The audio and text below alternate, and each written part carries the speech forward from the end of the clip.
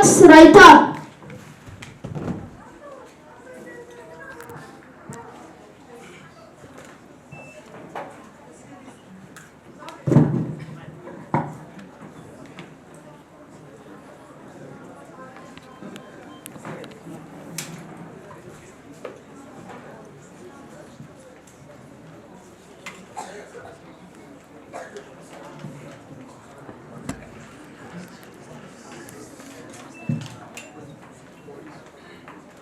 Escosui, escosui, escosui, escosui, escosmoto, escosmoto, escosmoto. It is attention. It is attention. It is attention. Right hand, left hand. It is attention. It is attention. It is attention. Who's the lamb scout? Who's the lamb scout? Who's the lamb scout? Who's the lamb scout? Really guess. Scouts commander move 2 steps forward and salute for the flag.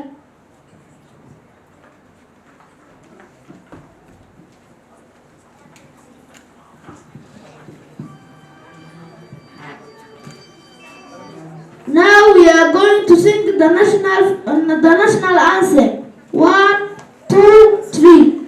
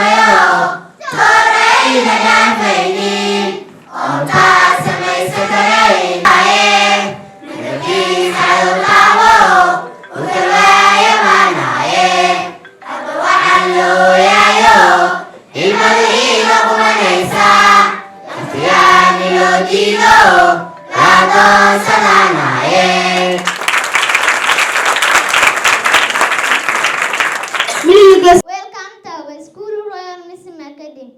Before you is Mariam Roon, and this is Special City 1 class ready present welcoming song. It's excellent to see you all. Excellent to see you all. Our ladies and gentlemen. It's excellent to see you all. Our ladies and gentlemen. It's excellent to see you all. Our ladies and gentlemen. Our dear teachers, you are welcome. On this occasion, settle down and feel at home. Our dear teachers, you are welcome. On this occasion, settle down and feel at home. Ha, ha, ha. It's excellent to see you all. Our ladies and gentlemen. It's excellent to see you all. Our ladies and gentlemen. Our dear head teacher, you are high welcome. Settle down and feel at home. Our dear head teacher, you are high welcome. On this occasion, settle down and feel at home. It's excellent to see you all. Our ladies and gentlemen.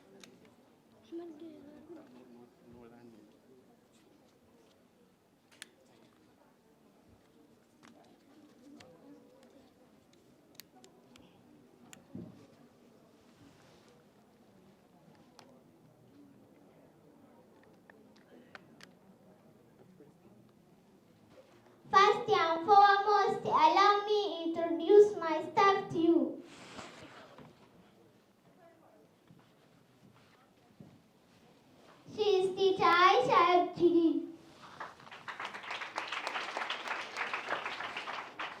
She is teacher Aisha Ali.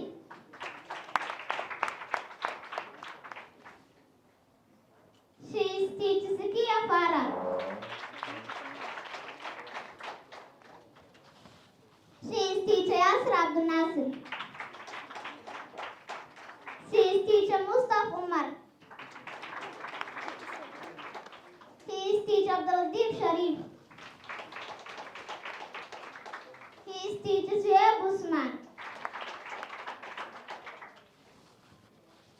Our dear teachers, let us now know why you chose teaching as your profession.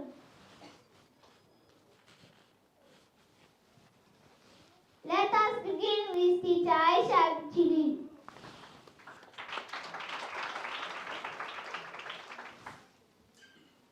Hello parents, my name is teacher Aisha Abdili. I am the class teacher of grade 3 and mathematics teacher of my classes.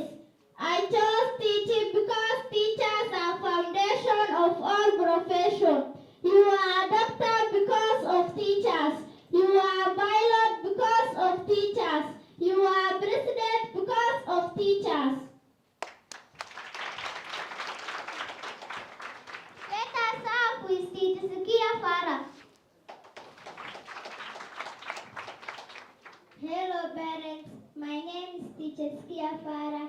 I am the class teacher of Baby 1 and the English teacher of this school. I chose teaching because teachers are our second parents when we are at school. They guide, hold, and mentor as well. Let us start with teacher Yasir Abdul Nasir.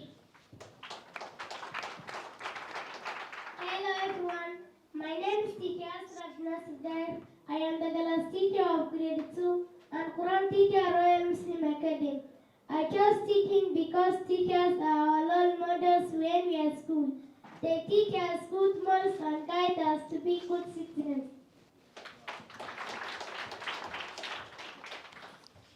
Once again, my name is teacher Mariam Run. I am the head teacher of this school. I am the class teacher of special CT1 and the environmental teacher. I chose teaching because teachers are exemplary in the community. You will never find a teacher doing bad things in the community. Now let us have with teacher Aisha Abdili show us her skills.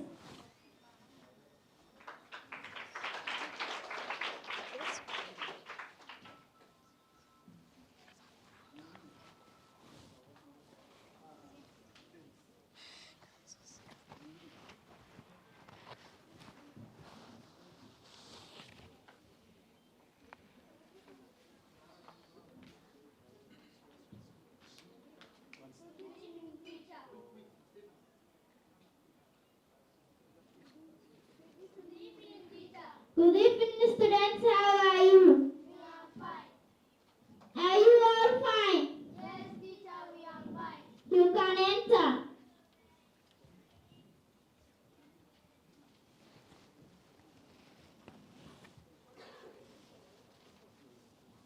Who can tell us the date of today? Yes, Nahu. Today is Friday, 12 June 2024.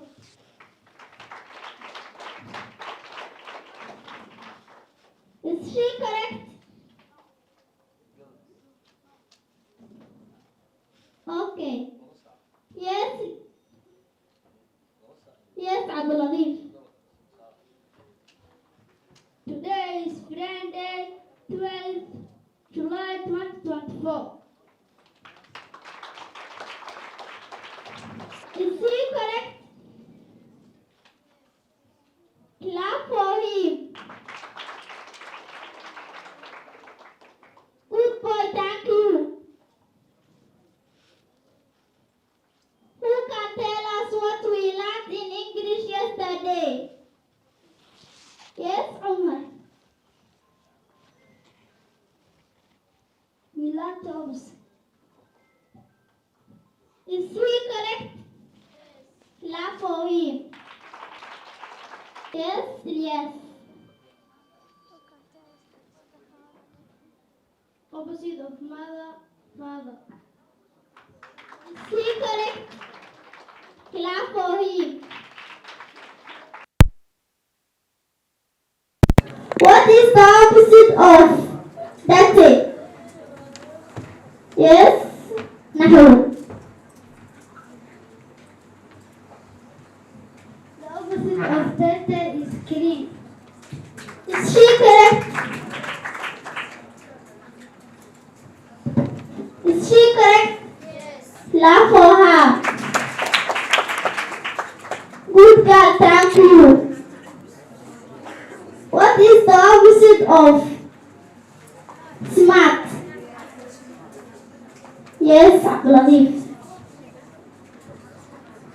The opposite of smart, shabby.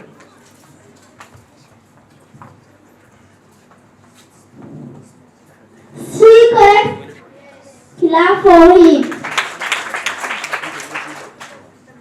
Good boy, thank you. Also today we are learning English and I want you to name this picture.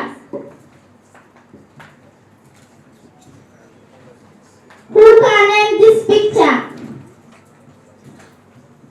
Show the couch. Show the couch. Who can name this picture?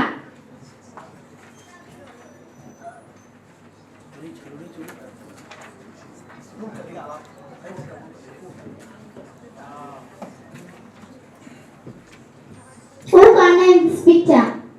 Yes, yes.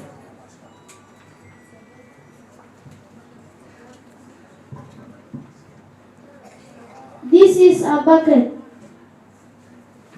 Can you spell the word bucket?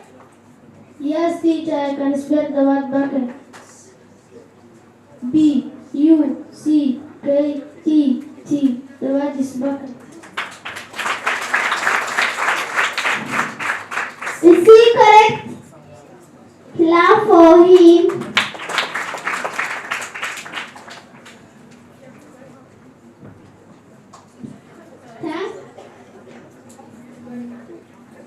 Thank.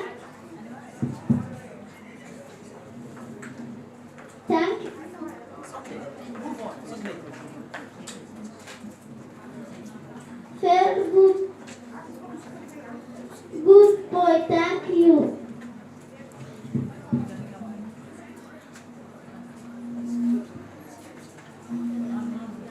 Who can name this picture?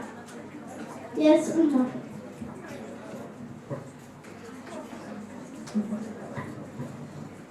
This is an apple. Can you spell the word an apple? Yes, teacher, I can spell the word apple. A-B-B-L-E. The word is bucket. It's apple. Is he correct? Clap for him. Good boy, thank you. Who can name this picture? Yes, Nahu.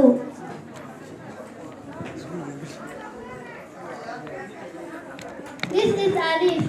Can you spell the word Alif? Yes, teacher, I can spell the word is with. L-E-A-F. The word is with. Is she correct? Clap for her. Good girl, thank you. Who can name this picture? Yes, Abdulaziz. This is a triangle. Can you spell the word triangle? Yes, teacher, I can spell the word triangle. T-R-I-A-N-G-L-E. The word is triangle. Is he correct? Yes. Clap for him. Good boy, thank you. Our lesson has ended here. You can get your books and go home.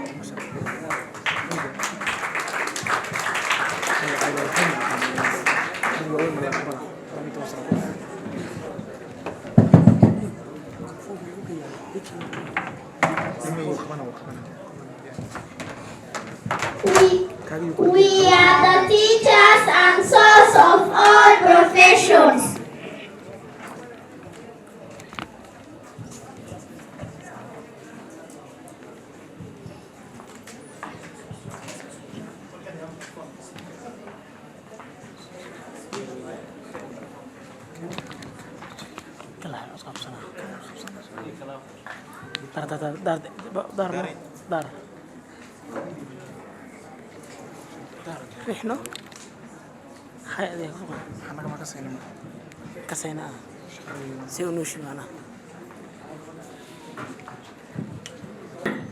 Government leaders present, religious leaders, our Black Royal Muslim Academy managers, head teacher and your staff, parents and fellow special graduates, distinguished ladies and gentlemen. It's a great pleasure and thanksgiving to Allah Almighty. Assalamu alaikum. I welcome you all to the 2024 Royal Muslim Academy Gurel Branch First Graduation Ceremony. I am Skia Farah, Special C Grade 1, pupil accountant and also privileged to deliver this speech on behalf of my fellow graduates, Royal Muslim Academy Gurel Somalia. Today, as we all know, it's a joyful day for us who are graduating from one level to another. Don't we look fantastic? I think we deserve the hand of applause.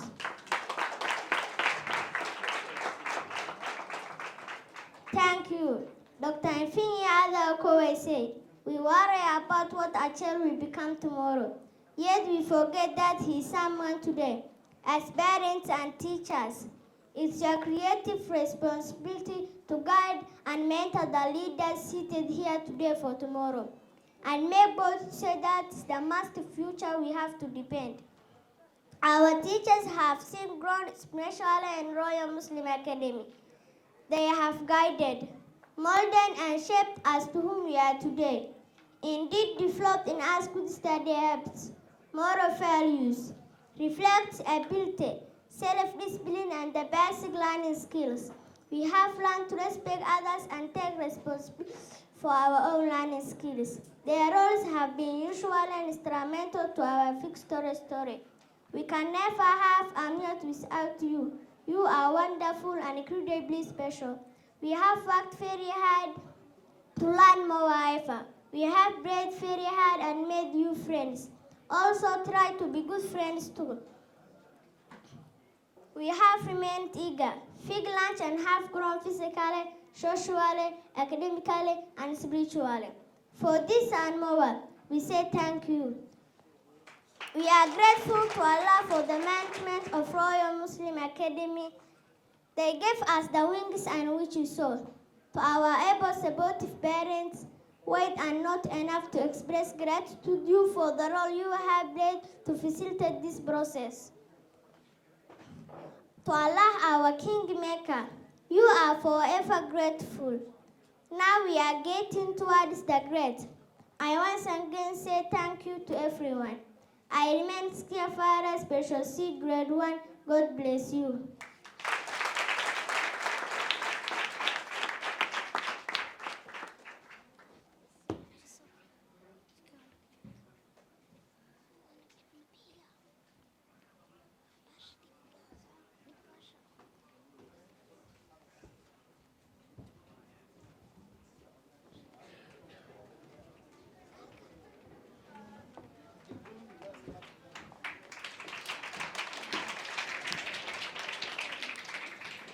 Welcome. This is BB2 and Black Group on stage. We are going to sing a song 1 year older.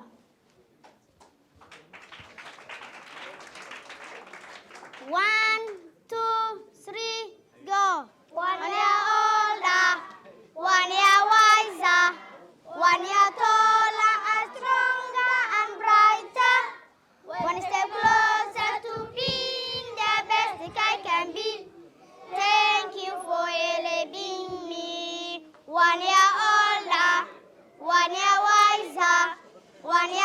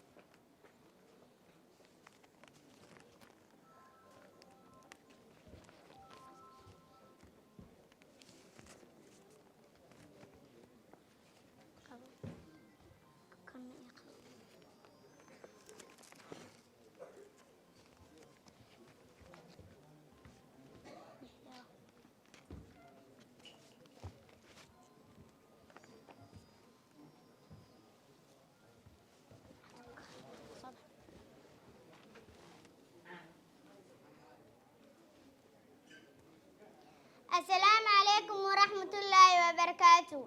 My name is Adnan Abbas Abdullahi. I am in BB2 class. My school is Royal Muslim Academy.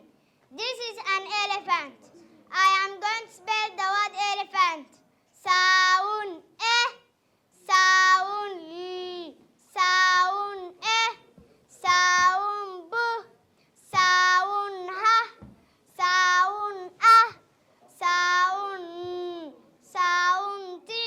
The word is elephant. Asomali Murodi, thank you for listening.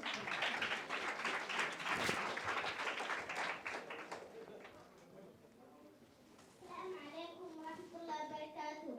My name is Mushtaq Tassis. My school is Royal Muslim Academy. This is Akirafi. I am going to spell the word Kirafi.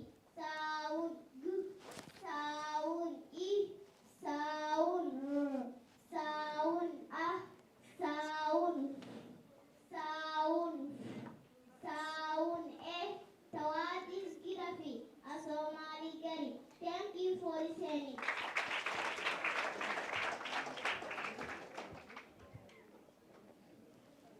Assalamu alaikum wa rahmatullahi wa barakatuh. My name is Asad.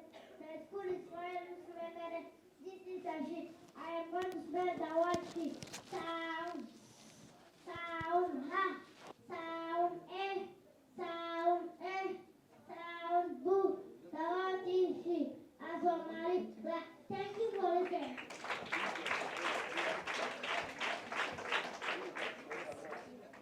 Assalamu alaikum wa rahmatullahi wa barakatuh. My name is Suez Hassan. My class is grade group. My school is Royal Muslim Academy. This is Akamo. I am going to spell the word Kamo. Sound ka, sound ah, sound, sound eh, sound the word is Kamo. Asomali gay. Thank you for listening.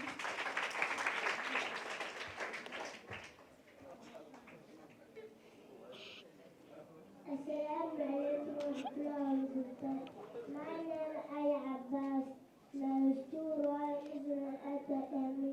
My class grade group. This is a fish. I am going to spell the word fish. Sound, sound, e, sound, sound, ha, Turkish fish. Assalamu alaikum. Thank you for listening.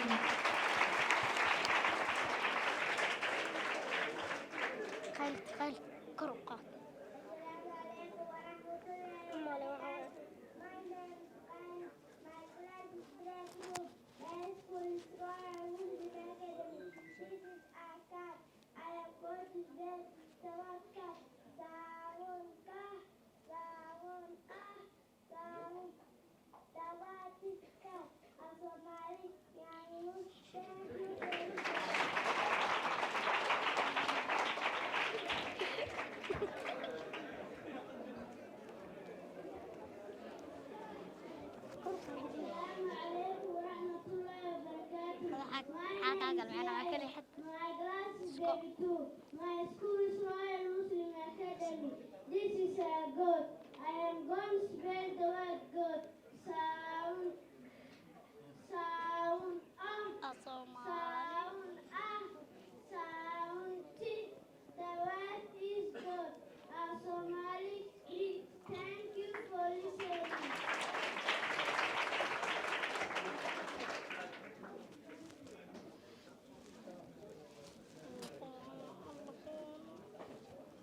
Assalamu alaikum wa rahmatullahi wa barakatuh.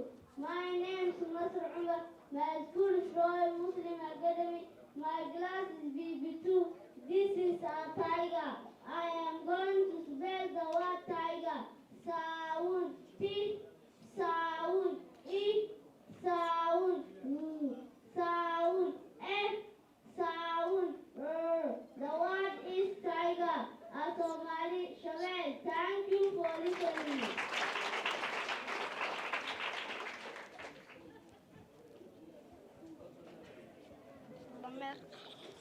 My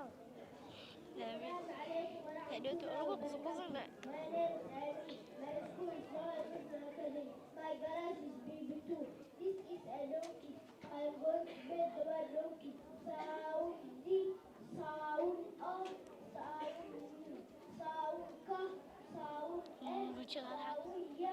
The word is donkey. Assalamualaikum. Thank you for listening. Teacher, the class teacher of special 2, 3, go.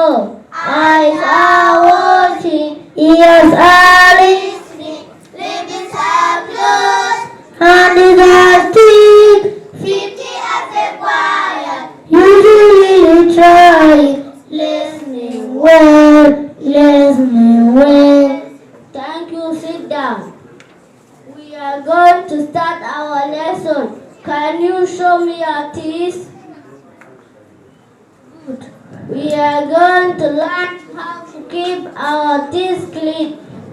You should brush your teeth 2 times a day, in the morning and after dinner. Here are the things we use to clean our teeth. This is a toothbrush. This is a toothpaste. This is a stick brush. This is water. We should brush our teeth to keep our teeth and gums healthy. Now, who can come and show us our toothbrush? Ansel. This is a toothbrush. Good. Clap for her. Who can come and show us a toothpaste? Abdullahi.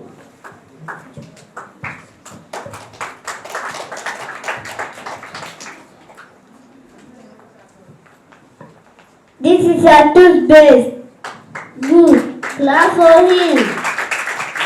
Who can come and show us a stick brush? Swiss. This is a stick brush. Good. Clap for her. Who can come and show us water? Brett. This is our water. Good. Clap for him. Why do we brush our teeth? Answer. Tell us. We brush our teeth to keep our teeth and gums healthy. Good. Clap for him. Our lesson has ended. Stand up and go home.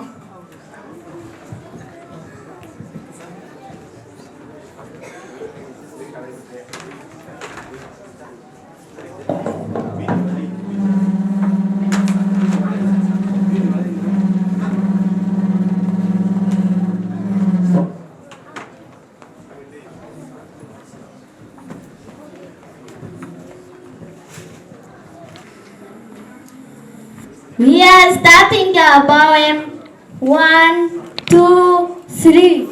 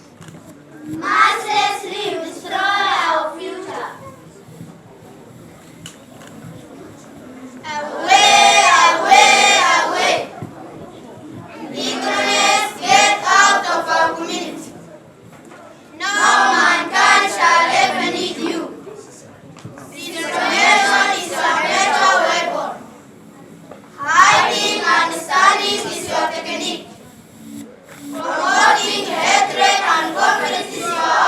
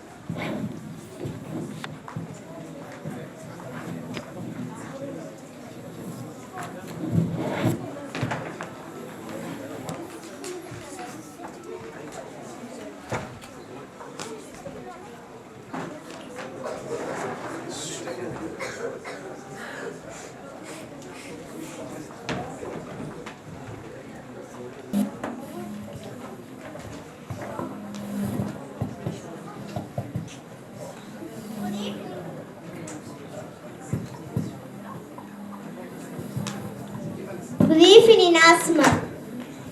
Good evening to Fatima. How are you? I am fine. How are you? I am fine also. How is the work? The work's going well. How is your last night? My last night's good. السلام عليكم. عليكم السلام. سيتي. وفي عنا. صدوانا.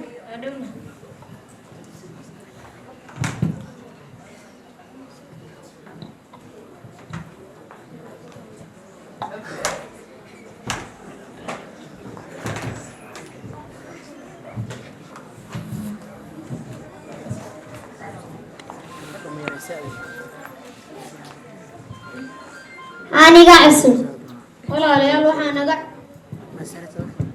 walaalayaal waxaan naga cusub in Ameerikan ka binay shaqo bixinaysa laakiin shaqadooda waxay ku xiran tahay English waa weeday waagii inaan iskuulka niga arnay adinka iskuulka sii dhiido English bartay oo shaqo leeyahay waxa dhahan noo sheegna caawiya waa ognahay taas laakiin kuwiina waxbana weli shaqo waa heli kartaa runtii taas oo waxaa raadinaynaa fadlan nacaawiye Fatima, can we help them?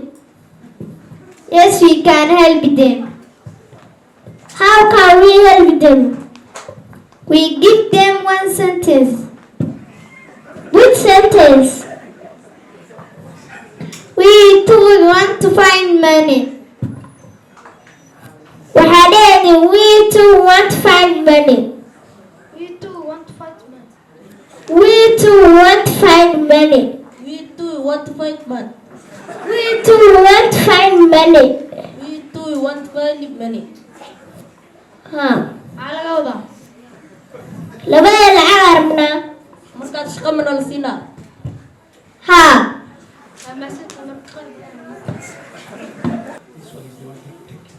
You too want to find man. You too want to.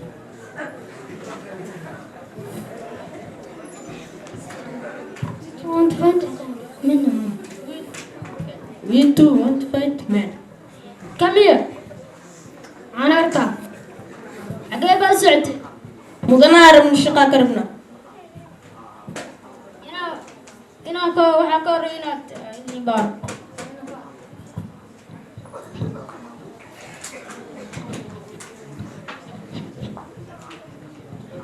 Madana waa ka soo tigirti.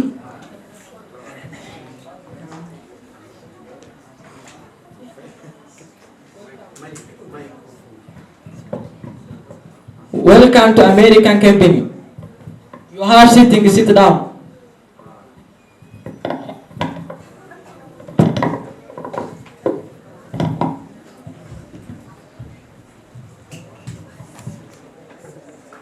Assalamu alaikum.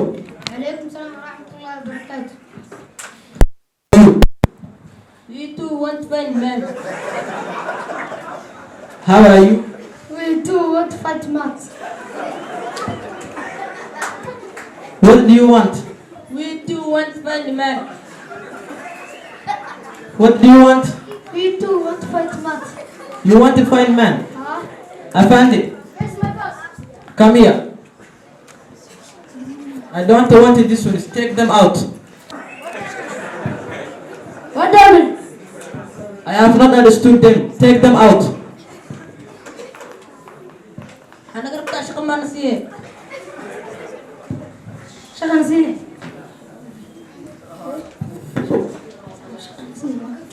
Shaqo la sii rabana malaha. نقول لهم لا يا موسى.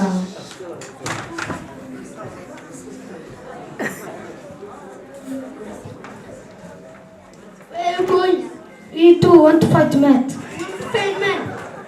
We too want to find man. You are arrested for trespassing in the city. Anaga rabtiin idinka shaqo maana.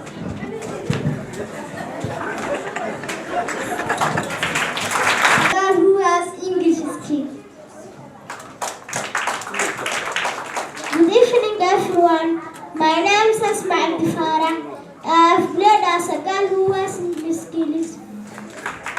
Good evening, everyone. My name is Abdurman Abbas. I have played as a boy who never attended English schools. Good evening evening, everyone. My name is Adnan Muddin Mohammed. I have played as a boy who never attended English schools. Good evening, everyone. My name is Abdulhakim Jamal. I have played as a police officer in British. Good night, everyone. My name is Abdaziz Ahmed. I have played as a police officer in Mogadishu City.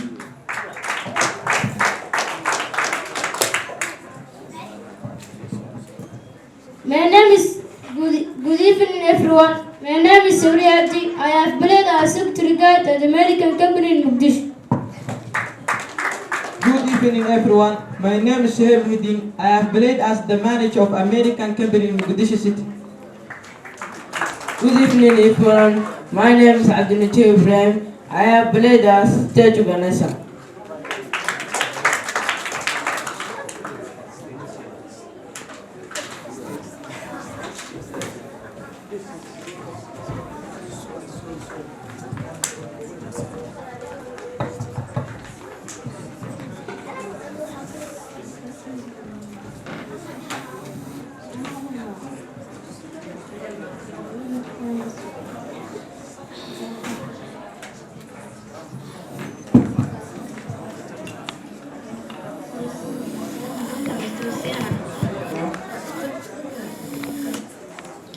We are going graduation songs. 1, 2, 3.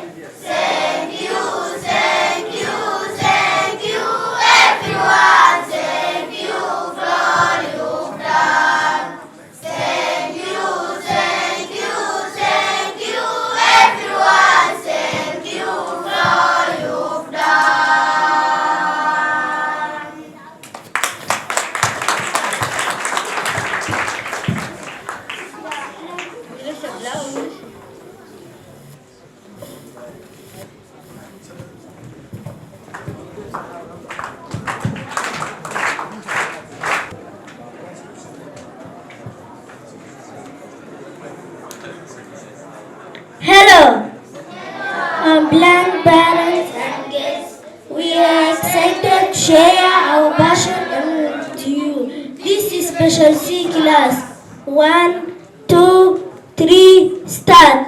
My country, I love my country. It has a beautiful flag, just like the sky.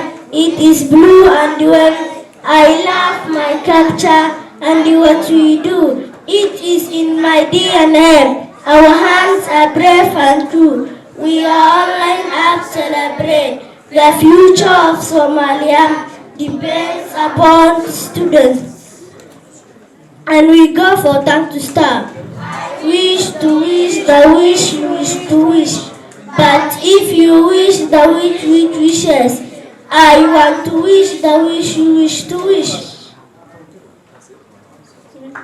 One was a resource. One was a resource. 2, 2, 1, 1, 2. One dress. 2, 2, 1, 1, 2.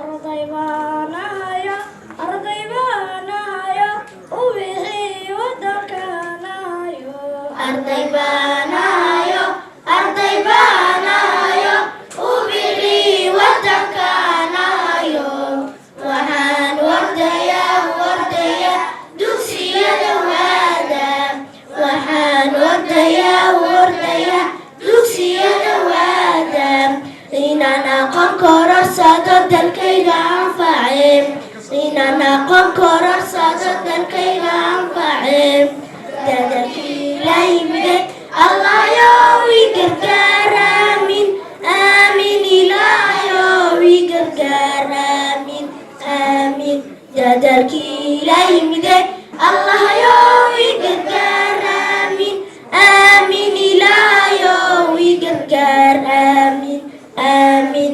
ardaybaanahayo iftinkii aroyaanahayo waxamaanahayo ardaybaanahayo iftinkii aroyaanahayo waxaan wardaya imtixaanka u gala waxaan wardaya imtixaanka u gala inaan hooyo aabbo abaalkoodii gude inaan hooyo aabbo abaalkoodii gude dadalkii la yimide allahayow ii gargaar aamin aamin ilaahayow ii gargaar aamin aamin dadalkii la yimide allahayow ii gargaar aamin aamin ilaahayow ii gargaar aamin aamin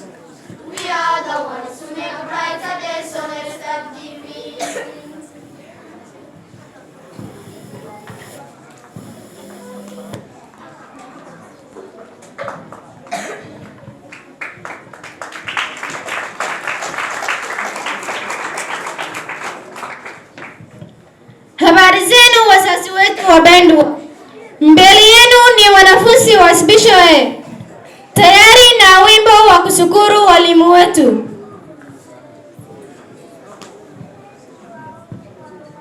Walimu wetu tunawapenda.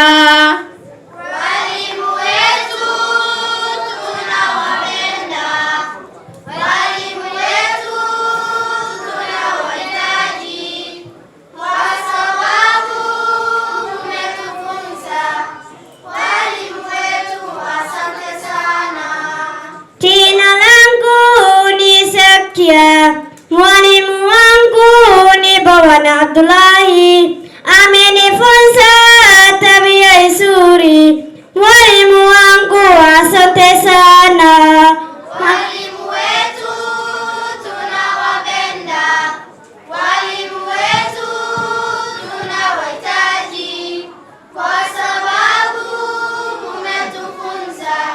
Walimu wetu asante sana.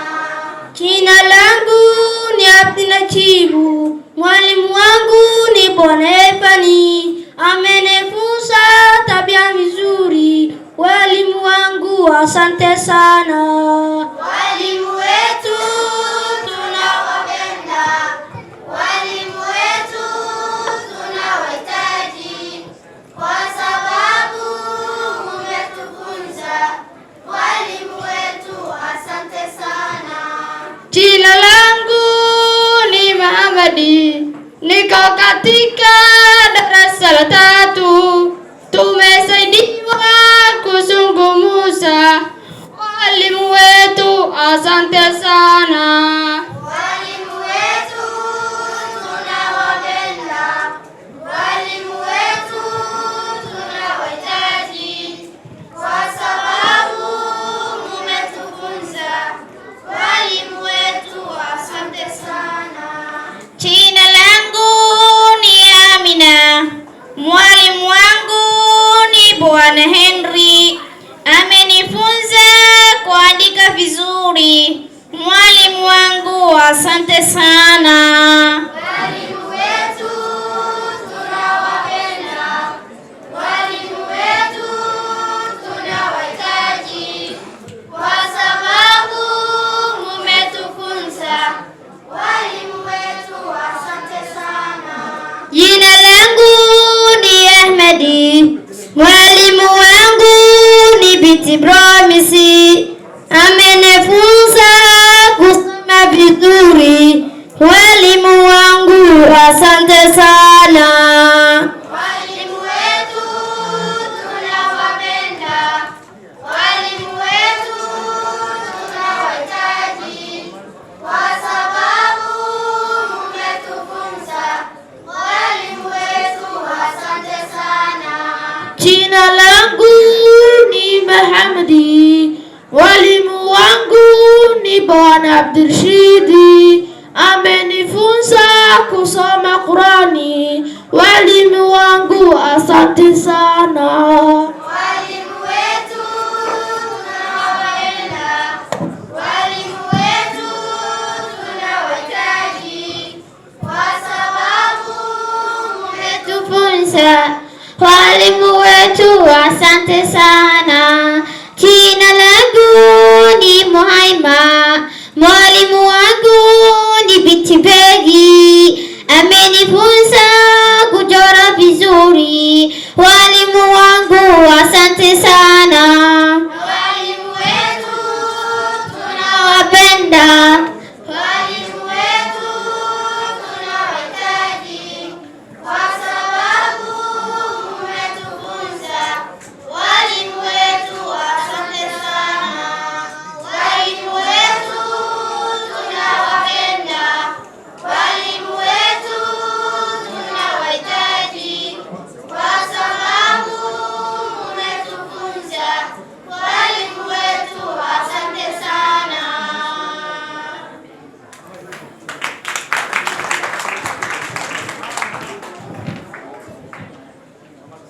Asalaamu calaykum waraxmatullaahi tacaala wabarakaatuh. Mudanayaal iyo marweyn, markaana waxaa isla soo gaarnay qaybtii ugu dambeeyay ee kugu talagashay special A class oo ka mid ah graduation songs.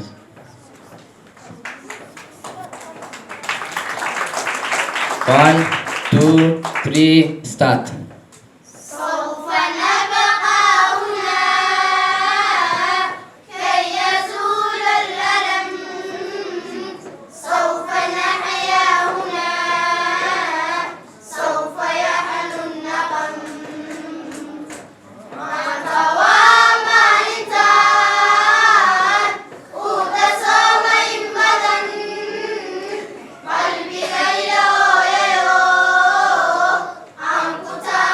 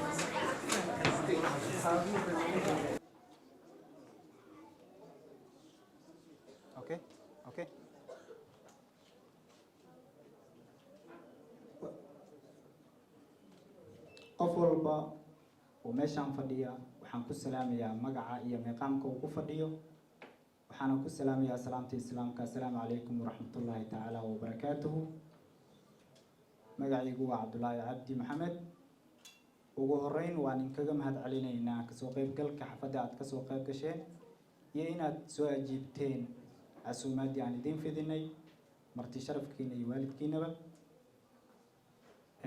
run ahaantii caawa waxaan u joognaa xafladdan qalin jebinta ah oo ardadeennu ama carruurteennu ay kusoo bandhigi doonaan waxyaabihii ay muddada sanadka ah soo barteen ayaga ayaa waqtigooda qaadan doono muddo badan ayayna soo dhagaysanayeen hadday yihiin carruurteenna haddii aan nahay waalid macallin ama maamul caawa waxaan joognaa waqtigoodii ayaga aan dhagaysan lahayn maadaama ayaga muddo badan ayna soo dhagaysanayeen carruurteenna caawa waxayna leeyihiin dulka maqalka dhagaha iyo amaahi dareenka waxaan rabnaa inaan maqalka iyo dareenka aan amaahino aad iyo aad aad u mahadsantihiin xafladeennuna way inoo furan tahay habsami socodka waxaan ka codsanaynaa inaad protocolka tiimka aad la ilaalisaan aad iyo aad ugu mahadsantihiin asalaamu calaykum waraxmatullaahi wabarakaatu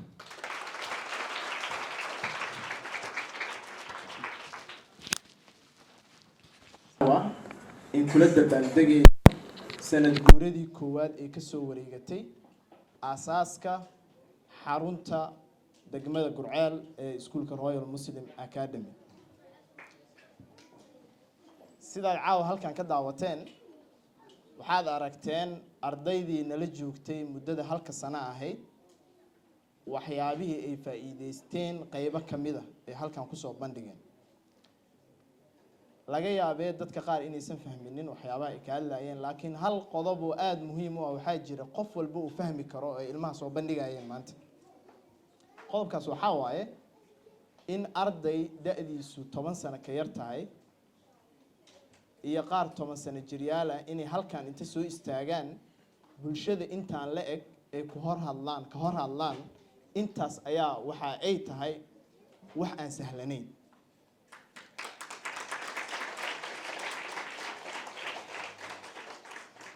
waxaa suurtagal ah dadka qaar waaweyn in inta meeshaan soo istaagaan inaysan war aysan soo gudbin karin sababtuna waxaa waaye waa tababar wuxu ma ahan weynin iyo yaraan kale ma lahan ee waa tababar inuu qofkan u tababaran yahay inuu meel inta soo istaago ku dhiirado inuu dadkiina la hadlo warbixintiisiina uu u gudbiyo waa tababaray u baahan tahay tababarkaasna wuxuu ka mid yahay core valueska iyo qiyamka iskuulka Royal Muslim waxyaabaha ugu muhiimsan ee ilmaha barno ayay ka mid tahay qaababkan u barnana waxaa waaye waalidiinteena ayaa og qolyaha baraha bulshada nagala socdana kulli way arkeen isbuuc kasta waxaan sameynaa debate wax la yiraahdo debates ama doodahaas English ay u badan yihiin mararka qaarna Soomaali waa ku bixinaa laakiin Englishka ay u badan yihiin si ilmihii xoogaa luqadaas ay u bartaan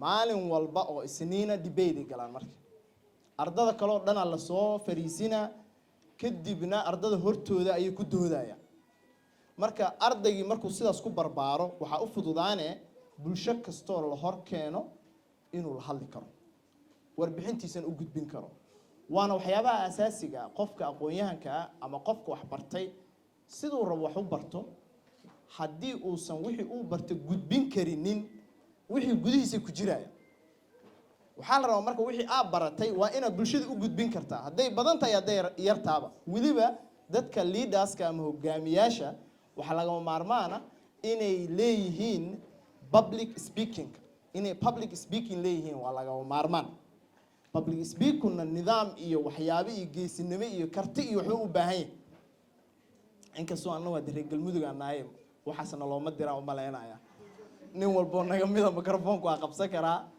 saa qiyaasayo marka intaas waxaan rabaa marka inta aanan u gudbinin madaxda meesha noo fadhisa inaan wax yar royal in kaga sheego waa soo koobeena caadiyan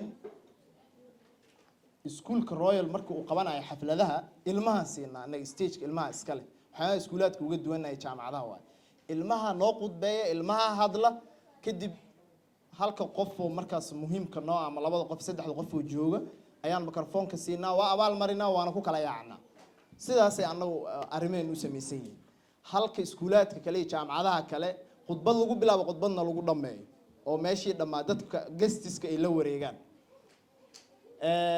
royal muslim 2011kii ayaa laga furay Nairobi soo magac kala wata xaraf international college la dhaho kadib halkaan aan nimid 2012kii hadda xasuusatiin iskuul laga furay meeshan xaraf la yiraahdo computer kaliya ahaa kadib 2016kii ayaa waxaan bilaabnay inaan primary furno xarunta Nairobi ayaana lagu furay markii aan furayna waxaan xasuusanaa laba qol ayaa laga bilaabay iyo hal xafiis ardada joogtana 10-20 kamaysa badnayn maanta waxa ilaahay mahadiya Nairobi laba xarumood ku taala oo Royal Muslima qaybta primary Royal Muslima la yiraahdaa qaybta high school kana Sanabil secondary school la dhahaa arday 700 ilaa 800 ayaa maanta dhigata xarunta Nairobi oo kaliya kadib waxaan go'aansanay inaan Soomaaliya nimaano 2018kii magaalada Muqdisho ayaan ka furnay kadibna waxaan dhahnay aan isballaarino markaan aragnay in shaqadaani gobolada looga baahan yahay waxaan hadana dooranay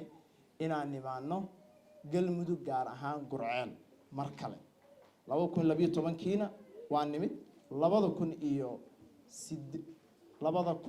2023 last year halkaan ayaan ka furnay sanadkan waxaan noo qorsheysan inaan ka furno magaalada Baydhabo 17 bishan oo ku aadan maalinta Arbacada next week magaalada Baydhabo aan ka furi doonaa xarunteennii saddexaad ee Soomaaliya maanta xarumaha markii la isku daro Royal Nairobi and Royal Muqdisho iyo Royal Gurceel iyo Baydhabo oo diiwaangelintiisii mar horeba bilaabato ardayda la diiwaangeli waxay sii cagacaynayaan ilaa iyo 600 arday ayaa maanta Royal Muslim Muqdisho iyo Gurceel iyo Baydhabo ku diiwaan gashan oo arday Soomaaliyeed oo system international wax ku baranaya lana tartami kara arday kasta ee dunida joogo ee wax baranaya ku standard la wax barasho ah ayaa maanta dalka Soomaaliya laga heli karaa gaar ahaan magaaladan Gurceel waxay nasiib u yeelatay markii caasimadda laga soo haro in aan xaruntii ka furno halkaan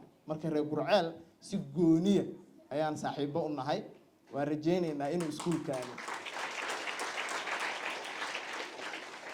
waxaan rajaynaynaa inuu xarunta Muqdisho ka dad bato hadda tartanka furan waa Baydhabo waa inaysan Baydhabo inka arday badan waa inaysan Baydhabo markii bandhigyada la sameynayo aysan inka bandhigyo qurxoonaana la rabaa reer galmudug waa lagu yaqaanaa inay yani alaabti koobkii galmudug kale waa in laga dhigaa oo iskuulkan waa inuu koob ka qaada xataa Nairobi inaa ka qaadiina la rabaa taas waa midaas waxaan rabaa inaan iska soo gabagabeeyo dhankeyga waxaan u wacayaa waxaan rabaa arrin yar inaan ku darsado waxaa jirtay waxaa inoo yimaaday iskuulka inta badan waxaa inoo imaada dad ka kala yimaada gobolada qof walba wuxuu rabaa in gobolkiisa iskuulka laga furo sanadkii 2019 niman dhalinyaro inoo yimaada ustaad Cumar oo halkaan isku qarinaya muddo 2 sano ninkaan horta ustaad Cumar waxaan rabaa in horta istaag bal ustaad Cumar bal istaag Sheekh Cumar agaasi Cumar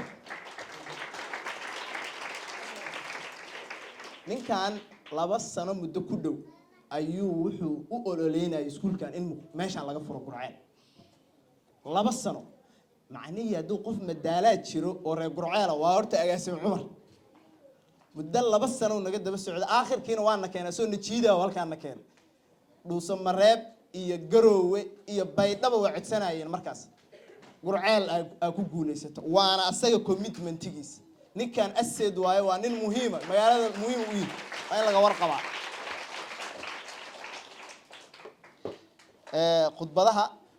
khudbadaha kooban aan hadda siinayna gudoomiyaha iyo marti sharafta kale kadibna waxaan bixinaynaa abaalmarinta ardayga ugu fiicnaa ardayga ugu akhlaaqda badnaa ardaygii ugu debate-ka fiicnaa kadibna qolyihii debate-ka ayagana abaalmarino siin doonaa kadibna shahaadooyin kooban aan bixin doonaa xafladeennana waa soo xiranaynaa waxaan rabaa hadda inaan u waco Zainab Gurey oo ah xubin ka tirsan bulshada rayidka ee degmada Gurceel ila soo dhaweeya Madam Zainab Gurey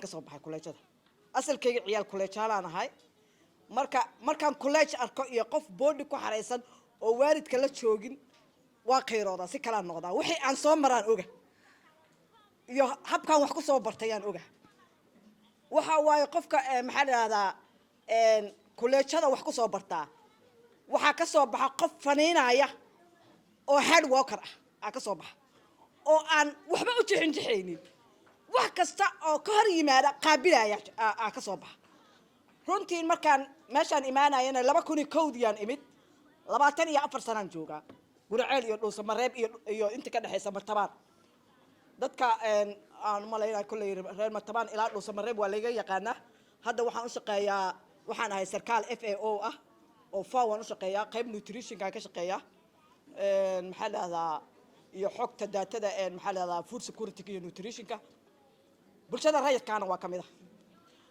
really markaan aniga fiiriyo wasiir inaan noqdo ma rabo inaan xildhibaan noqdana ma rabo inaan dawlad ku biirana ma rabo laakiin se waxaan rabaa si volunteer inaan bulshada ugu adeego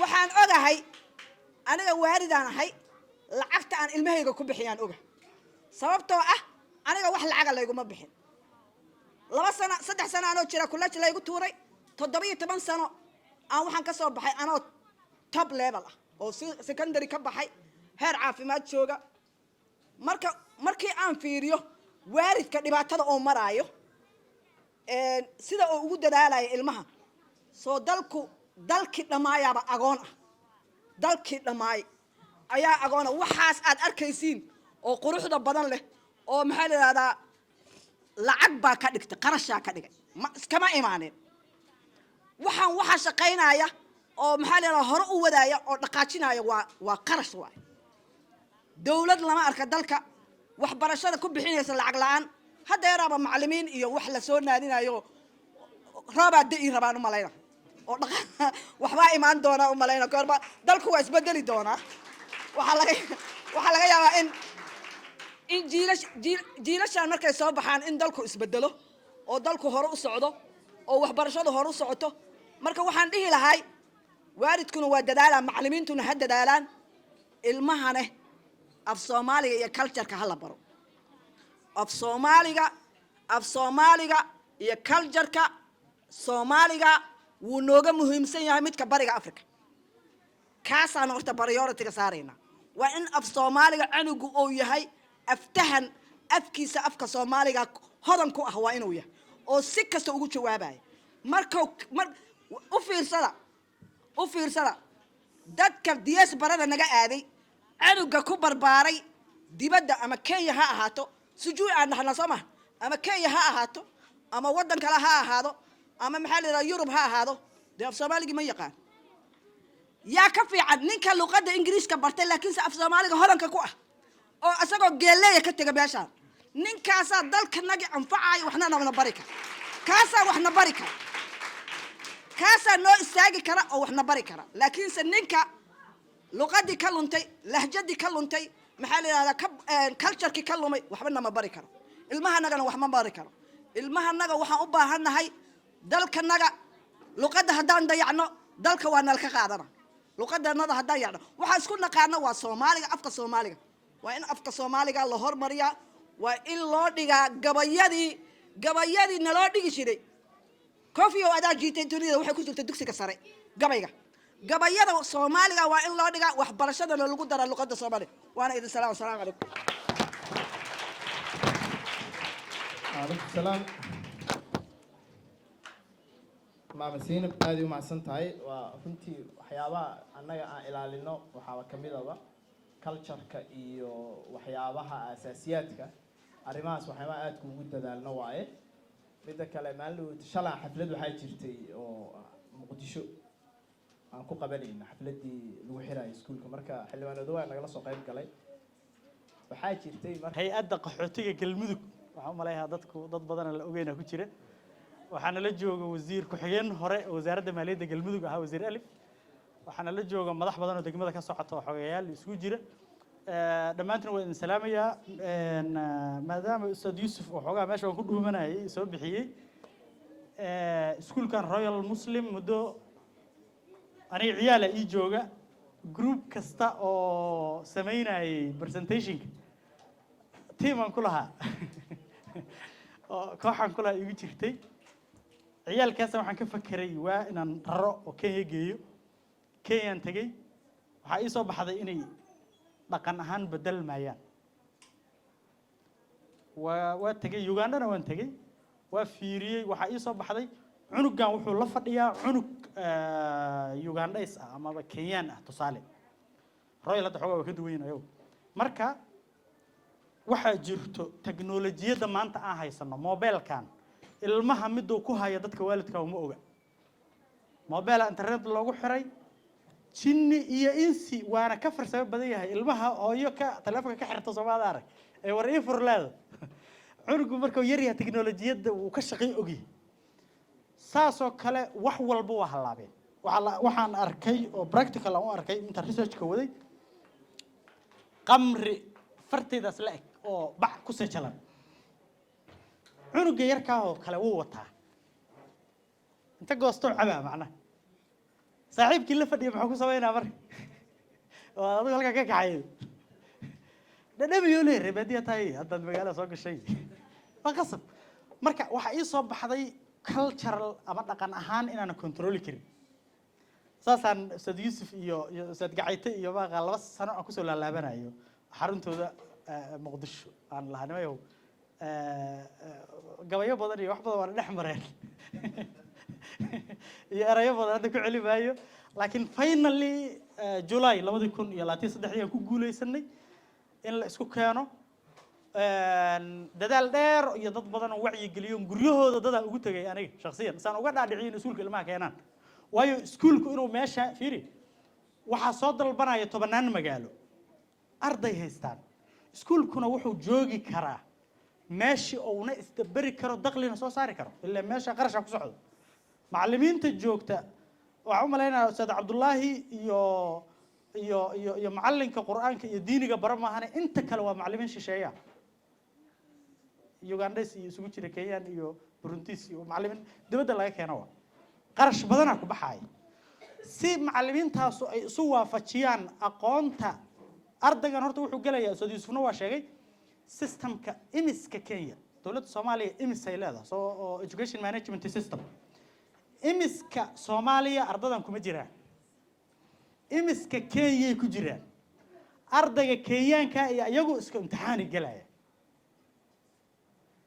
ardaygaas tayadiisa si looga daba yimaado waa in macallimiinta ugu quality badan la soo dooro ardaygaas wuxuu joogaa environment-giisii luqadiisii waa u dhisan tahay Kiswahiligiisii waaba ku dhasho waa yaqaan maadooyinkii kalena macallin luqadii isagoo fahansan oo barana marka uu ka tayo badnaana si looga daba keeno marka uu macallimiin quality badan loo keeno si cunugaas imtixaanka kay wax oo galo run ahaantii Ustaad Yuusuf soo sheergareynayay ardada ka gashay Muqdisho iyo hadda imtixaankii ka qayb gashay dhibcaha ugu soo sareeyay keeneen ciyaalka Soomaalida tafta sida la wada og yahay dhalinyarada joogta gobolada aan dhexe ka baxdo oo xamar iskuulaadku aadi jiray iskuulaadka anaga leed garay jiray kaalimaha koowaad iyo labaad iyo macnaha dadkan dad IQ-goodu sareeyo waay laakiin maadaama aan waxbarasho loo jeehin maxay u jeesteen qor iyo boosh 6 qasnadood 3 maalin dagaalo wataan walba soo wada garan marka waxaan rabnaa iskuulkii waa keenay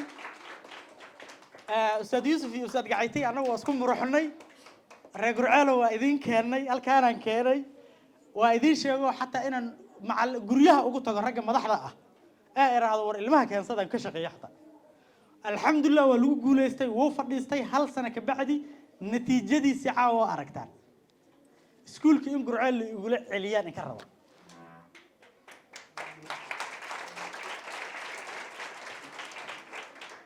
ilaahu ma inku wareejiyey wixii caawa ka dambeeya ustaad yuusuf hadday kaalintooda cesho waayaan waa soo dadaalayay meesha kalada celi karta ka tashada aad u mahadsantihin salaamu calaykum waraxmatullahi wabarakatu garow waa ka dhacdo waxaan rabaa haddan inaan u wacdo ustaad cabdulqaadir maxamed war waxaan dhimada lahaa oo ku hadli doona magaca waalidka isagana wuxuu ku tirsan yahay waalidiinta inkastoo hadda taytolkiisana uu nala wadaagay ustaad wixii kale waqtigooda yeelan doonaan dhammaan dadka meeshaan fadhiyo qof walba mansabkiisa aan ku salaamayaa salaanka bacdi waxaan rabaa intaanan waxaa horta laga codsaday inaan ku hadlo kelmaddii waalidka intaan kelmadda waalidka u gudbin waxaan rabaa cumar agaasima cumar ugu dambeeyay hadalka uu yiri ragurceelow iskuulka waa kaas waa idinku simay cumar waxaan leeyahay horta baahidii aad u wareegaysay labadii sano weli waa jirtaahe waa idinku simay hana dhihin waa idinku simay hana dhihin baahidii labada sano aan u wareegaysay weli waa kaasaay intaas kabacdi waxaan rabaa in aan gudbo aniga waxaa laga codsaday inaan ku hadlo kelmadda waalidka waxaan rabaa marka koobaad inaan u mahad celiyo iskuulka Royal Muslims Academy maamulkiisa macallimiintiisa staafkiisa dhammaan dadka shaqadaas ku taxalluqa xaqiiqatan waxaan leeyahay baahi badan iyo kurbo badan aad naga faydeen allah kurbada idinka fayday wixii sii horumarin ah iyo iskuulka in la haayo aniga agaasimo cumar waxaan uga doonahay waxaan qabaa reer gurceel maanta iskuulkii inuu soo u joogi lahay walwal kama qabno in dad loo heli doono laakiin waxaan walwal ka qabnaa ayaga maxaan ku dhahay inaysan laga tegin marka maanta baahida cabirkoodu wuxuu ku salaysan yahay waxaan hubaa reer gurceel maanta marka xafladaan oo kale ay fiirsadaan oo sanad iyo 2 iyo 3 ciyaalku iskuulka dhigtaan waxaan hubaa in la dhihi doono sorry waa xiran yahay maaragtay admissionka sanadka dambe sugo iyo wixii lamida ma filaayo inuu celin iskuulka u baahan doono marka walwalkaas badan nama hayo waxaan rabaa inaan aniga fikirkayga sida ila tahay Royal Muslims Academy teamkooda waxaan rabaa inaan u sheego walwal iskuulka inuu joogaa iyo enrollment number ma qabo inuu jiro walwalkaas waxaan rabaa waalidiinta intanada hadda carruurta noo joogto rool weyna noo yaalla iskuulkana roola u yaalla labadaas rool waa laba rool oo isdhammaystiraysa haddii marka hal dhinac uu shaqada ka socoto dhinaca kalena aysan sidii la rabo u socon waxaa dhici karta inaan la gaarin natiijadii ama iskuulku rabay ama annaga aan rabnay taas macnaheedu waxaa waaye waxbarashada adduunka hadda waxbarasho tayala marka laga hadlaayo waxaa la yidhaahdaa parent center macnaha waa waalidkii ayaa ka muhiimsan iskuulka ruxiisa marka waxaa la rabaa waalidiinta haddii iskuulkan waxyaabaha aan intanada hadda waalidiinta aan la soconno cunuga subaxii markaa baska saartay oo iskuulka aado intaasoo 20 daqiiqo kaa maqnaan waxaa laga yaabaa in fariin kuusoo dhacdo cunugaada qalinqoroyo ka tegey cunugaada qalinqoro ka tegey cunugaada buug hebelaayo ka tegey cunugaada markuu baska soo raacay cunug kaloo yaroo war qalada yiri wax la heli kara maaha annaga marka waxaa la rabaa inaan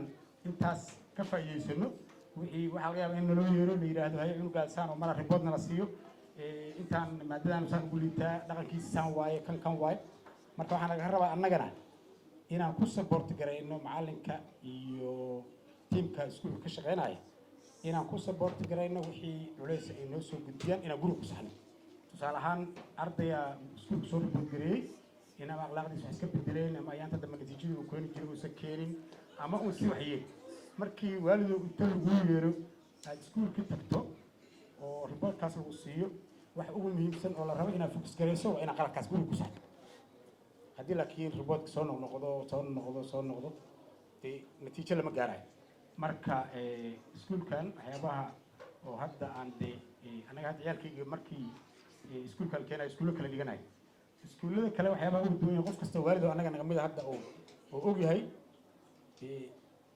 technologyada adduunka iyo qaabka iskuullada adduunka u shaqeeyaan iyo qaabka systemka waxbarashada casriga u shaqeeyaan ayaa la jaanqaada waxaan haysanaa yuusufro ab iskuulka uu leeyahay cunugaada natiijada uu keenay siduu u shaqeynaayo maaragtay sheek waxa looga baahan yahay hadduu saaka dhar wasaqa watay haddii saaka tinta ku baxday haddii cijiyo ku baxeen waxaas maaragtay sheeg waa wax muhiima inaan annaga waalidka ula socdo waxaan rabaa marka inaan dhaho maadaama codkii waalidka la siiyey iskuulka waxaan rabaa inaan u gaarantiyo inuu mas-uuliyaddaas isa saaraya roolka waalidka waa qaadanayna insha allah warsoo ma qaadanayno ilaah idankiisa waa qaadanaynaa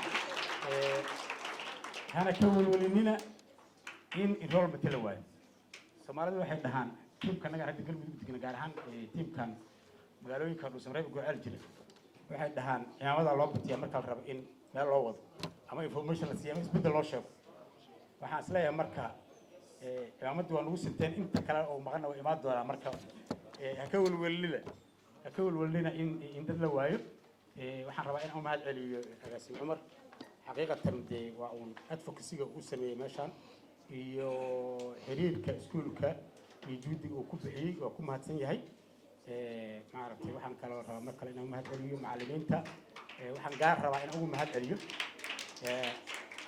I just want to emphasize my gratitude to our teachers who are actual guests, who are not living with their families, who are actually paying their attention to our local students so that they actually achieve the education which are standard.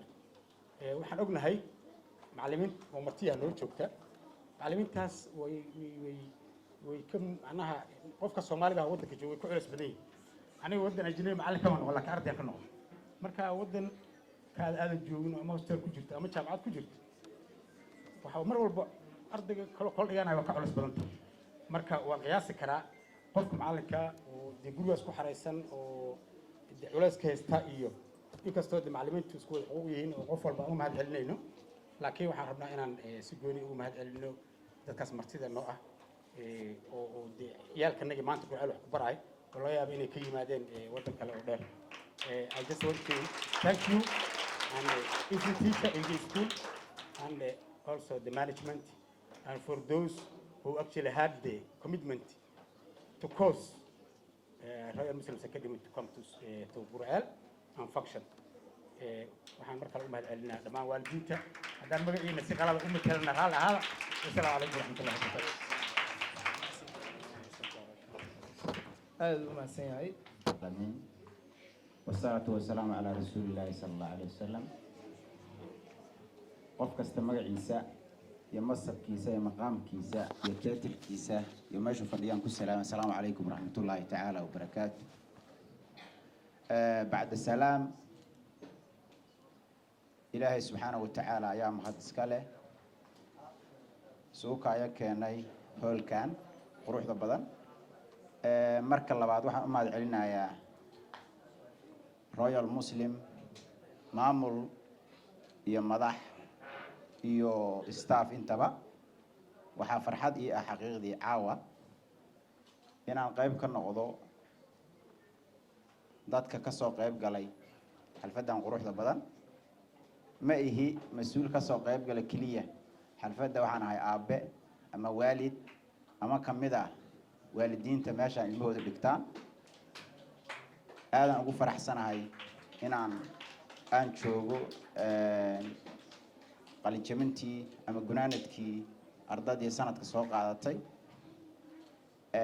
saa ognahay waxaan sugaynay haddaan nahay reer Dhuusamareebeed waxaa jirtay in social mediaha la soo dhigay baydhabo iyo gurceel teebay ka furnaa suulka Royal xaqiiqdii dad badan oo tiro badan waxaan u arkaynay inay qaadatay sanadkan in laga furo Dhuusamareeb hadda ninkan odaga Yuusuf markuu yiri waxa laga furaa baydhabo waa ka naxada lid waaweyn iga yimid waxaan sugaynay in caasimadii la keeno iskuulka laga furo xaqiiqdiina waxaa jooga dad tiro badan oo ilmaheedu u diyaarsan yihiin inay maaragtay sheeg iskuulkan ay helaan oo fursadan ay helaan dad badan oo maaragtay noo yimid xitaa si gaar iskuulkaas ma la xiriirtaan adinka maamula ma keentaan ma ka dhacdaana in badan la dhahayay anoo afkii maamulka caasimadda ku hadlayo bulshada caasimadda intaba waxaan ka codsanaynaa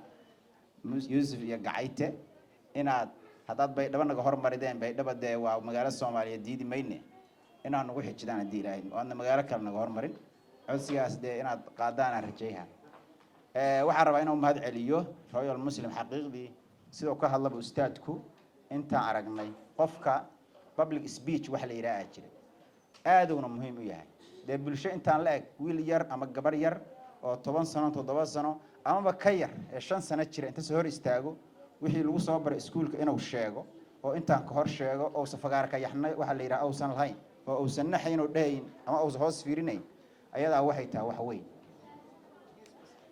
intaan ognahay oo aan isla ognahay waxaan ognahay ardada Soomaaliyeed kuwa xitaa secondary-ga dhameeyay ama secondary-ga ka baxay gobolkooda waxa laga yaabaa xitaa wixii ku jira inaysan soo gudbin ilmaha waxa loo baahan yahay in la dhiso akhlaaqiyan iyo maaragtay wax walba sidoo kalena la fahamsiiyo maaragtay bulshada sidii ula hadli lahaayeen xitaa waxa kamid ah qaabka la tusay ama la baray si ay u soo istaagayaan qof waxa laga fiirshaa public speech markuu hadla waxa kamid ah istaag soo u istaagay annaga hadda waxa laga yaabaa dadka gobol madaxda waxay ka hadlaan bahalkan oo stage-ka la dhigo ay ka hor hadlaan waxa laga yaabaa halkaas haddii qof istaago isagoo jarcaayo lugaha iyo gacmaha iyo meel unsaas ka siiya in la arko waxaa yeelay most of them dadku bahalkan isku aadshaan laakiin madaxda ruuxadeeda in inta laga qaado la yiraahdo maaragtay thank you in inta laga qaado la yiraahdo xagga dhig bahalkan laga wareejiyo wax badan ay madaxda u gashaa aad ay u anfacaysaa marka arrinkaas aad u muhiim u yahay iskuulkan xaqiiqdii markaan ku arkay aan booqanayo iskuulkan ka hor xog gaar ma haynin mana aqoon iskuulku wuxuu ahaa inaan ilmo geysto aniga gabar ay dhigata ilmo badan ay ma dhigtaan dabcan inaan ilmo geystana ayaga igu qanciyay maamulka waxa igu qanciyay madaxda hadda nala joogta inaan ilmo geysto resultigana waa aragna waa haynaa haddaan nahay sheeg waalidiintii waxaan ka codsanayaa waalidiinta Gurceel joogta maadaama ay fursad u heleen in iskuulkii laga furay ee degmada Gurceel in ardada ilmaha in la keeno waxaan ognahay ilmo u baahan oo aad muhiim ugu ah in la keeno isheeg iskuulka qofku inuu sideeda international language wax ka fahamsan yahay ama uu yaqaan aad ay muhiim u tahay dalka iyo dadka iyo adiga nafsadiga xitaa waxa waaye way ku anfacaysaa marka luqadaas taqaanid haddana waxay ku soo danaa East Africa luqada looga hadlo ama Afrika baan dheh ee ka Sawaaxiliga waxaan rajaynaynaa haddii Ilaahay idmo bulshada reer Gurceel dhammaantood arrinkaas inay ka faa'iideysan doonaan oo ilmahooda keeni doonaan waxaan mar kale ka codsanayaa Yuusuf iyo Gacayte oo madaxdii Royal Muslim nagala jooga caasimadii meeshii ku sugayda waxaan rajaynaynaa iskuulka inaad keeni doontaan bulshadii iyo madaxdiina waa u geeyahay haddii Ilaahay idmo inaad iskuulkii soo wadaan aad iyo aad ma hasantiin assalaamu calaykum waraxmatullaahi tacaala wabarakaatuh waxaan ku soo dhawaynayaa maayirka degmada Gurceel Faarax Cabdi Mucallim soo dhawaad وبركاته waa xilli dambe caruur yar yarna waa joogaan ma raba inaan khudbada dheereeyo ugu horeyn ilaah baa mahadle ثانيا waxaan rabaa inaan u mahad celiyo madaxda iskuulka Royal Muslim runtii caawa si fiican noo dareensiiyey oo alshaan awal waxna loogu sheegi jiray qaab oo laakiin hadda si baraatiga wax noo tuseen waxaan leenahay waa mahadsantihiin sidoo kale waxaan u mahad celinayaa waalidiinta iyo ardada quruxda badan dhammaantiin waa mahadsantihiin mahad celin kadib runtii dee aniga markii laga soo tago guddoomiyenimada horta waxaan kamid ahay laftirkayga waalidiinta waxaa afkaygii waalidnimo ku hadlay oo igu matelay injineerka injineer Sabriye runtiina si gaara sharafay iigu tahay meeshaan munaasabadana waxaa igu ballamiyey Royal Muslim uguma ballamin madaxdooda gabadhayda ay igu ballamisay horta casuumaadda inaa ogaataa waaye gabadhayda ay timid waxay tiri aabe 12 Julaay maalinta jimcaha habeenkeeda 12 iyo barka maqribnimo meelna shaqo kale ha qabanin xafladdaas aad ka soo qayb galaysaa marka runtii waxay caawana si horteena ay sharaf iyo runtii inaan dhageysto oo arko caruurtii runtii dee aan gaar ahaan aniga aabahood ahay inay inta horteyda soo istaagto bulsho intaan la eg waxaan horta gabadheedu waa ilmihii ku qornaa speechka ay qayb ka ahayd marka si gaar ay runtii farxad iigu tahay inaan caawa arko intaanu ummada inay inta horteeda soo istaagto ay awooddo inay la hadasho iyo wax u sheegto intaasaa ku filan runtii inay tahay waxqabad iyo in dad laga hor hadlo ma ahan wax sahlan microphone inaad qabsatid eed ummad soo hor istaagtid ee aad wax u sheegtid dad badan oo mas-uuliyiin ah waxay dhici kartaa annaga bilowgeenni markaan shaqooyinkaan soo gelaynay waxaan u malaynaa dee inaan la qabsanaa waqti nagu qaadatay inaan bulsho la hadalno marka runtii royal muslim waxaan leeyahay waa maasantihiin si gaara mar kale waxaan u mahad celinayaa ustaad cumar agaasime saaxiibkay cumar xasan xaaji waxaan ka mid ahay dadkii runtii dee baahida u qabay iskuulkan kana fakerayay inay caruurtooda meel munaasab u ah ay geeyaan laakiin wuxuu igu qanciyey in iskuulkan uu haqibtiri karo baahiyaha aan qabno ma xuma iskuullada kaleoo deegaanka ka jira laakiin waxay ku kala bedelan yihiin waa iskuul dhammaystiraya habka internationalka aan ula macaamil lahayn habka uga bedelan yahay waa noocaas marka waxaan leenahay bulshada reer Gurceel inta caawa joogta iyo inta maqanba annaga waalidiinta oo sahminay oo kaga horeynay meel fiican aan soo aragnay ardada meeshaan la keeno taas aan horta inaan fariintaas aan saaxiibaday u dhaxmarsiyo bulshada reer Gurceel waxaan kala rabaa fursad inaan uga faa'iideysto markii Ustaad Cumar uu hadlay wuxuu yiri iskuulkii waa idin dhiibnay waa kaas waa hubaa reer Gurceel ardada horta caawa arda badan joogta sanadka dambana intaan in ka badan ayaan rajaynaynaa horta inay munaasabada noocaana markay dhacayso aan goobjoog u hadoona insha Allah taala waxyaabaha runtii aad ii farxad geliya waxaa ka mid ah nidaamka oo hadda injineerku ka sheekeynayay inaad si maalinle ah ula socotid caruurtaada xaaladooda waxbarasho abaa naloo furay marka mar walba cunugaagii haddii uu wax qalday hadduu maxay ahayd toy wax wanaajiyey waxaad ula socotaa si dibli ah marka taas waxay runtii na gelinaysaa dhiiranaan ah in mar walba waana muhiim cunugaaga inaad inta meel iska geysid uga hartid waxaa ka muhiimsan inaad la socotid saacad saacad iyo maalin maalin aniga inta badan waa booqdaa iskuulka waa tagaa ilmaha waa fiiriyaa marka runtii nidaamka uu iskuulku ku socdo iyo habka ay ardada wax u baraan waa hab aan dhihi karno waa ku qanacsannahay waxaan rabaa fursadda inaan uga faa'iideysto adduunyada horumarti dadka horta annaga Soomaali haddaan waxbaa naga hadlaysan waad ogtihiin dalkeena wax badan ka halaabay waxaan aaminsanahay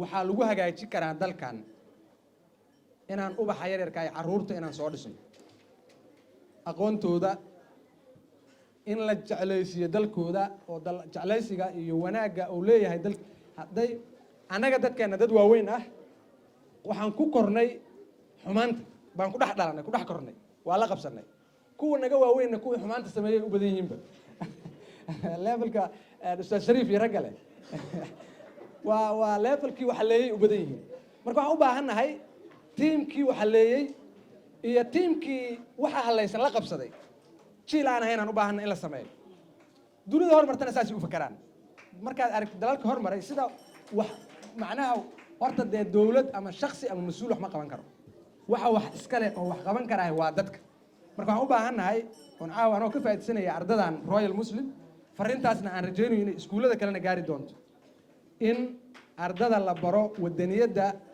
iyo daljacaylka iyo in dalkan wax ka halaysan yihiin qofkii hagaajin lahayn waa isaga intaasaan rabnaa horta macallimiinta iyo maamuladuba inay ku dhiiradaan runtii sharafay noo tahay mar kalean u mahad celinayaa maamulka iyo macallimiinta waa ku faraxsanahay waxaana si gaaro si guud ardada waa u hambaleynayaa caawa xafladooda aan joogno si gaarana gabdhahayga waxaan leeyahay ab waa mahadsantihiin